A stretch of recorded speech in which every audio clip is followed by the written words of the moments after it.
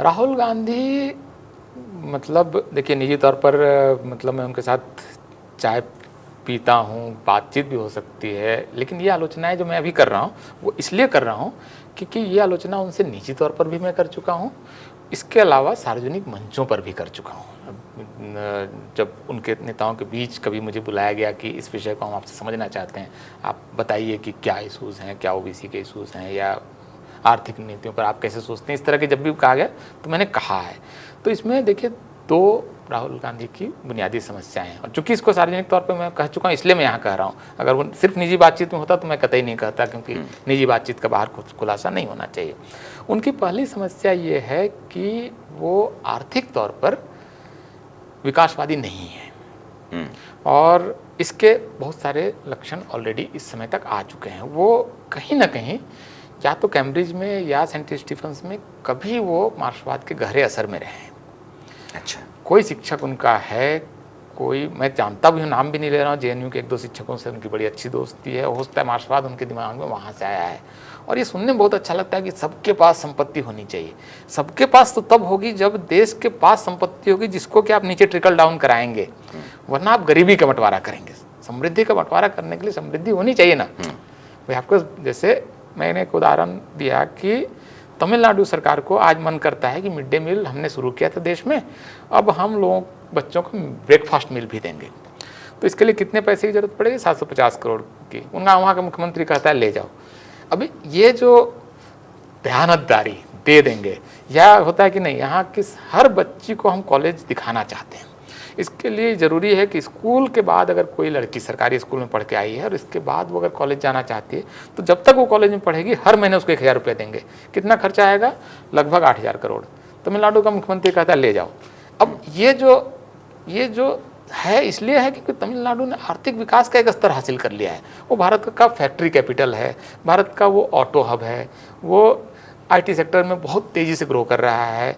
वहाँ के पूरे वर्कफोर्स में महिलाएं बहुत बड़ी संख्या में हैं। भारत में जितनी महिलाएं नौकरी करती हैं उसमें से लगभग आधी वहाँ करती हैं। तो अब ये समृद्धि का लेवल जब आ जाता है तब कहते हैं ना कि आपका हेल्थ केयर हमारा जिम्मा, आपकी शिक्षा हमारा जिम्मा, कोई आदमी के पास हर आदमी को घर ना मिले तो हम देंगे। अब ये करने के लिए आपको समृद्धि चाहिए। राहुल गांधी इस समृद्ध होने से शायद उनको दिक्कत है। उनको गरीबी से कुछ प्रेम है। वो मतलब जैसे देखिए एक उदाहरण और मैं दे रहा हूँ कि आज नोएडा का एक आदमी, दिल्ली का एक आदमी कल सुबह उसको लगता है कि मुझे बिहार पहुँच जाना है, तो इस समय शाम में जब हम रिकॉर्डिंग कर रहे हैं उस समय भी चाहे तो अपनी गाड़ी उठाए और अगले दिन सुबह बिहार पहुँच जाता है। क्यों पहुँच जाता है कि एक्सप्रेसवे से अब यहाँ से वहाँ तक पूरा जुड़ चुका है। इस एक्सप्रेसवे के बनने की शुरुआत जब यमुना एक्सप्रेसवे से हुई तो राहुल गांधी अपने केंद्र सरकार में मौजूद थे। उस समय वो केंद्र सरकार एक तरह से चला रहे थे। बेशक मनमोहन सिंह उस सरकार का चेहरा थे, लेकिन सरकार के सारे फैसले आप जानते हैं कहाँ हो रहे थे, सारे अफसर कहाँ जाते थे, सारे उद्योगपति किससे जाते थे, सबको पता है। दिल्ली में हर व्यक्ति को पता है। तो जो आदमी सरकार चला रहा है, लैंड एक्विजिशन का कानून आपका बनाया हुआ है, उस कानून के तहत बहन मायावती की सरकार लैंड एक्विजिशन कर रही है, और इसके खिलाफ आंदोलन करने के लिए कौन गए थे? राहुल गांधी। और आज समझिए कि वो अगर थोड़ा सा आंदोलन और बड़ा हो जाता और वो हाईवे वहाँ नहीं बन पाता, और बहन मायावती ने एकदम पैर जमा नहीं देता कि हम बनाएंगे आपकी ऐसी तैसी, जो करना हो कर लो टाइप का एक मतलब रिजॉल्व, और वो दृढ़ता अगर नहीं दिखाई होती तो आज की तारीख में उस एक्सप्रेसवे के आसपास जो कुछ समय में वहाँ पर 1 लाख 1.5 लाख करोड़ की इकॉनमी धीरे धीरे बन जाएगी, क्योंकि उसके आसपास कई तरह के इंडस्ट्रियल हब बन रहे हैं। एक इस समय बुंदेलखंड का एक आदमी अगर सोचता है कि मैं अपनी फसल को दिल्ली के मार्केट में भेजना चाहूँ तो वो 12-13 घंटे में यहाँ पहुँचा दे रहा है, 10 घंटे में। तो ये सारी सुविधाएं इस वजह से है क्योंकि वो एक्सप्रेसवे बना, इसके खिलाफ वो खड़े हो गए। आप बड़ी बात कह रहे हैं। आप प्रोफेसर दिलीप मंडल कह रहे हैं कि राहुल गांधी को विकास के मायने नहीं पता है, इसलिए विकास विरोधी है। विकास विरोधी है, और उनका जो रिडिस्ट्रीब्यूशन का आइडिया है वो गरीबी के बांटने का आइडिया है। तो एक तो वहाँ पर समस्या है। उद्योगपतियों के खिलाफ देखिए ना, अभी जैसे ये आरोप लगा कि अच्छा निजी जीवन में बहुत दिलचस्प है, खुद वो शेयर मार्केट में बहुत गहरे इन्वेस्टेड हैं, ढेर सारा इन्वेस्टमेंट है, और मेरे ख्याल से इस समय उनके पास अगर उन्होंने इधर बेच नहीं दिया है कम से कम 5 करोड़ का इन्वेस्टमेंट उनका शेयर मार्केट में। तो वो आदमी निजी जीवन में इस इकोनॉमी से, इस शेयर मार्केट से अपनी समृद्धि कमा रहा है, लेकिन वो भारत के उद्योगपतियों को गाली भी दे रहा है साथ में, और लगातार वो वेल्थ क्रिएशन को डिस्टर्ब भी करता है। जैसे कि एक शॉर्ट सेलर अमेरिका में, वो उसका धंधा है उसका, और वो घोषित धंधा है कि हम कोई सारे मार्केट में कुछ शेयर गिर जाएंगे तो उसको प्रॉफिट है, गिराने पर बेट करता है। तो उसने कह दिया कि एक उद्योगपति जो है ये बहुत करप्ट है, आरोप लगा दिया और निकल गया। अब कांग्रेस और राहुल गांधी के लोग लेकर उसको नाचने लगे और शेयर मार्केट गिर गया। तो शेयर मार्केट के गिराने में किसी एक पॉलिटिकल पार्टी की अगर कोई भूमिका कहीं भारतीय शेयर मार्केट के इतिहास में देखा गया है तो वो राहुल गांधी का हाथों हुआ है। अब शेयर मार्केट कोई कह सकता है कि अमीरों का खेल है, तो शेयर मार्केट अमीरों का खेल नहीं है। भारत में करीब करीब 10 करोड़ इन्वेस्टर हैं, और गांव का आदमी लग रहा है आपको कि एकदम बिल्कुल साधारण आदमी है, हो सकता है वो अपना एक छोटा सा पोर्टफोलियो लेके घूम रहा है। तो ये भारत में चूंकि मध्य वर्ग का विकास हो रहा है, शेयर मार्केट में इन्वेस्टमेंट बढ़ रहा है, टोटल डीमैट की संख्या तो और भी ज़्यादा है, रियल इन्वेस्टर्स इतने ज़्यादा हैं, तो छोटे छोटे गाँव में आपको मिल जाएंगे इन्वेस्टर इस समय। अच्छा हाँ, दूसरी चीज़, एक तो मैंने उनको कहा कि उनका मार्क्सवादी होना एक समस्या है, दूसरा वो व्यक्ति पावर चाहता है लेकिन जिम्मेदारी के साथ नहीं। जैसे अगर राहुल गांधी, जैसे देखिए 2 तरह की ट्रेनिंग होती है। नेहरू जी को जब लगा कि बेटी को मुझे एम्पावर करना है तो बेटी को उन्होंने कांग्रेस का अध्यक्ष बनाया, मंत्रालय सौंपे, उनको अपने जो विजिटर्स हैं उनके बैठकों में उसको साथ रखा, विजिटर्स कौन होगा ये तय करने का एक तरह से सेक्रेटरी जैसी एक भूमिका दी। तो उनको पॉलिटिक्स में इनिशिएट कराया जिम्मेदारियों के साथ कि एक मंत्रालय है, उस मंत्रालय में कोई अगर क्योस होगा तो तुम जिम्मेदार हो, तुम संभालो। राहुल गांधी की ट्रेनिंग बहुत अलग तरह की है।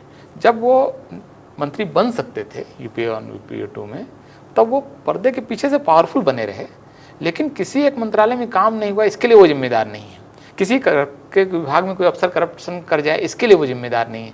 पावर पूरा, जिम्मेदारी शून्य।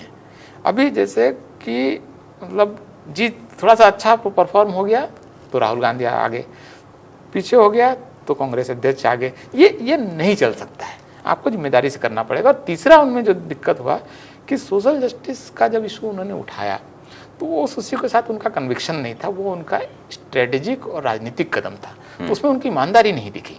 जब वो कह रहे थे कि कास्ट सेंसस कराना है, बहुत अच्छी बात है, लेकिन भारत में कास्ट सेंसस रोका किसने? कांग्रेस ने ही भारत में कास्ट सेंसस रोका, अंग्रेजों के समय तक तो हो रहा था। आपने इससे पहले कि सारे कास्ट सेंसस एक को छोड़ दें तो सारे तो कांग्रेस के समय हुए थे, आपने क्यों नहीं कराया?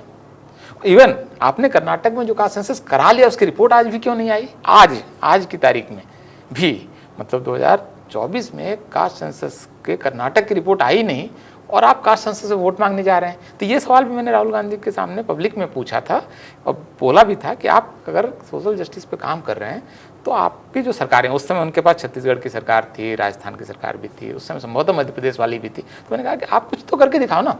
आप कह रहे हो कि कॉरपोरेट में सारे जातियों के लोग नहीं हैं, आपके पास राज्य सरकारें हैं, आप अपने यहाँ कोई मॉडल तो खड़ा करो ना, एक शहर में डाइवर्सिटी ला के दिखाओ ना, एक म्यूनिसिपैलिटी में।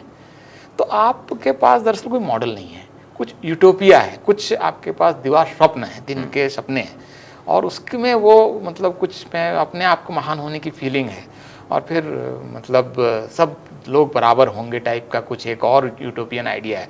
तो ये मिला जुला कर राहुल गांधी बन रहे हैं, और इसलिए मैं कह रहा हूँ कि भारत में राहुल गांधी जो है वो निरंतरता का निषेध है, और भारत की समृद्धि चूंकि निरंतरता से आ रही है, कांग्रेस भारत के हित के विरोधी है। हाँ, इस नाते, क्योंकि गांधी ने अपनी पॉलिटिक्स भी तो बिरला और बजाज के साथ मिलकर की थी ना, उन्हीं के घर में रहते थे, उनके पैसे के साथ। और स्वदेशी का आंदोलन क्या था कि भारतीय उद्योगपतियों को मौका मिले, इसलिए ये जो ब्रिटेन से जो माल आ रहा है उसका आना रोके।